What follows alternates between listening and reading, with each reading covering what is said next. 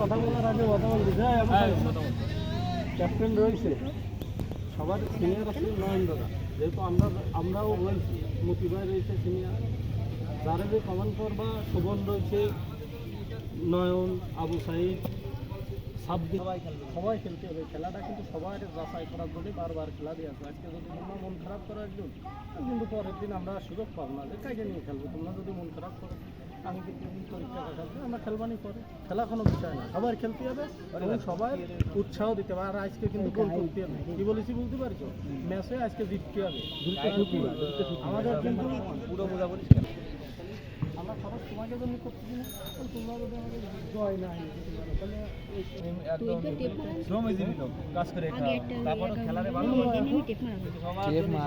মারা